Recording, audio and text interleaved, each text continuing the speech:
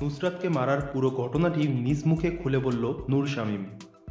ফেনীর সোনাগাজীতে মাদ্রাসা ছাত্রী নুসরাত জাহান রাফিকে মারায় সরাসরি জড়িত থাকার কথা স্বীকার করে আদালতে জবানবন্দি দিয়েছেন মামলার এজাহারভুক্ত দুই আসামি নূর উদ্দিন ও শাহাদাত হোসেন শামীম।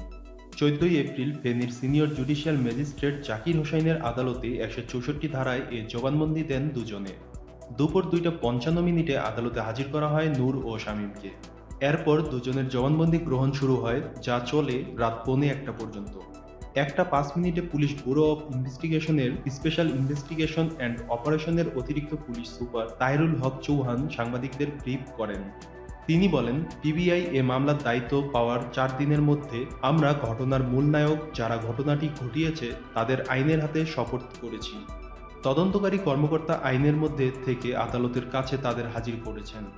আদালত দীর্ঘ সময় ধরে তাদের সিআরপিসির ১৬৪ ধারায় জবানবন্দিতে পরীক্ষা নিরীক্ষা ও জিজ্ঞাসাবাদ করেছেন। আসামি দুজন আদালতের কাছে তাদের স্বীকারোক্তি উপস্থাপন করেছেন। তারা পুরো ঘটনাটি খোলাসা করেছেন। একেবারে কিভাবে ঘটনাটি ঘটিয়েছে, কারা ঘটিয়েছে, কোন আঙ্গিকে ঘটিয়েছে, বিষয়গুলো এসেছে দ্রুত আপনারা জানবেন।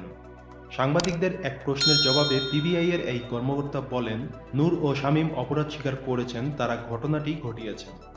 এখানে কয়েকজন সংশ্লিষ্ট ছিল, পরিকল্পনায় অংশ নিয়েছে। কারাগারে বন্দী মামলার প্রধান আসামি মাদ্রাসার অধ্যক্ষ সিরাজ উদ্দৌলা থেকে হুকুম পেয়েছেন তারা। এই বিষয়গুলোর বিস্তারিত বিবরণ এসেছে। ঘটনার সাথে সম্পৃক্ততার বিষয়ে এক প্রশ্নের জবাবে তাহিরুল হক চৌহান বলেন, এখন পর্যন্ত ১৩ জনের কথা বলা হচ্ছে, আরও কিছু নাম বিচ্ছিন্নভাবে এসেছে।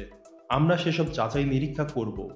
পিবিআই এর অতিরিক্ত পুলিশ সুপার তাহিরুল হক চৌহান সাংবাদিকদের ব্রিফ করেন, যে ৪ জন আগুন দিয়েছে নুসরাতকে তারা গ্রেপ্তার আছে কিনা জানতে চাইলে পিবিআই এর এই কর্মকর্তা বলেন, আমরা ২ জনকে গ্রেপ্তার করেছি, বাকি ২ জনকে গ্রেপ্তারে অভিযান চলছে, শিগগির ভালো খবর পাবেন। গত ৬ এপ্রিল সোনাগাজী ইসলামিয়া সিনিয়র ফাজিল মাদ্রাসায় আলিম পরীক্ষার কেন্দ্রে গেলে মাদ্রাসার ছাদে ডেকে নিয়ে নুসরাতের গায়ে কেরোসিন ঢেলে আগুন ধরিয়ে পালিয়ে যায় মুখোশধারী দুর্বৃত্তরা।